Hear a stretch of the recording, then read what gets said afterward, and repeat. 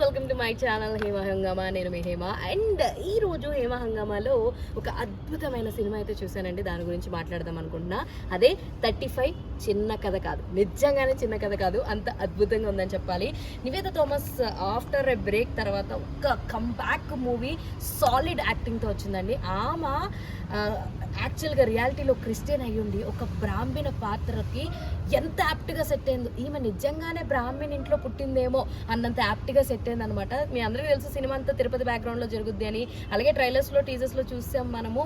ఒక పిల్లోడు ఉంటాడు, వాళ్ళ అమ్మకి వాడికి చాలా కనెక్షన్ ఉంటుంది. వాడికి మ్యాథ్స్ అంటే చిరాకు, మ్యాథ్సే ఆడికి పెద్ద ప్రాబ్లం. మ్యాథ్స్లో చాలా ప్రాబ్లమ్స్ ఉంటాయి, బట్ ఆడికి మ్యాథ్సే పెద్ద ప్రాబ్లం. సో అదంతా ఎలా సాల్వ్ అవుట్ చేశాడు, సార్ట్ అవుట్ చేసుకున్నాడు, అసలు మ్యాథ్స్లో వాడు పాస్ అయ్యాడా ఫెయిల్ అయ్యాడా, ఇవన్నీ తెలుసుకోవాలంటే మాత్రం మన సినిమా చూడాల్సిందే. బట్ చెప్పుకోవాల్సిన విషయం ఏంటంటే నందకిషోర్ గారు ఫర్ ద ఫస్ట్ టైం ఆయన మూవీ తీశారు. ఆయన నాకు తెలిసి అది ఫస్ట్ మూవీ, కానీ ఎంత అద్భుతంగా స్క్రీన్ ప్లే అంటే మనం చూస్తుంటే రోజు మన ఇంట్లో జరిగే మన నాన్నని, అమ్మని, అన్నయ్యని, తమ్ముడిని వీళ్ళని చూస్తున్నట్టు, మన స్కూల్లో చేసే అల్లర్లు, క్లాస్ మానిటర్ ఎవరైతే ఉంటాడో వాడు చేసే గోల, ఇవన్నీ కూడా చాలా అద్భుతంగా షూట్అవుట్ చేశారని చెప్పొచ్చు. ఈ సినిమాలో యాక్టింగ్ పరంగా చూసుకుంటే నివేత, విశ్వ, ప్రియదర్శి, కృష్ణతేజ అండ్ పిల్లలు అర్జున్ అండ్ అభయ్ చాలా చాలా చాలా బాగా చేశారు. అండ్ గౌతమి గారు కూడా మంచి సపోర్టింగ్ క్యారెక్టర్లో ప్లే చేశారు. అయితే ఇందులో మనం చెప్పుకోదగ్గ పర్ఫార్మెన్స్ ఎవరిది అంటే నివేత గారిదని చెప్పొచ్చు.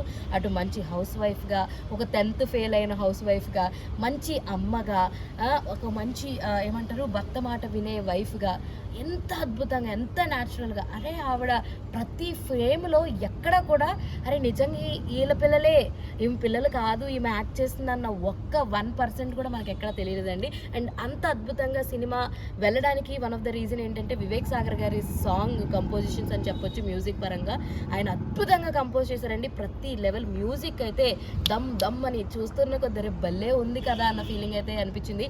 నిజంగా రానా గారు ప్రజెంట్ చేశారంటే ఆ సినిమాకి చాలా వాల్యూ ఉంటుందని చెప్పి 35 సినిమా చూస్తే అర్థమైపోద్ది. మీరు కూడా మీ ఫ్యామిలీ అండ్ ఫ్రెండ్స్ తోటి చక్కగా వెళ్ళి ఒక మంచి సినిమాని ఎటువంటి వల్గారిటీ లేకుండా పీస్ఫుల్గా చూడాలి అనుకుంటే మాత్రం please go and watch 35 in your nearest theatres.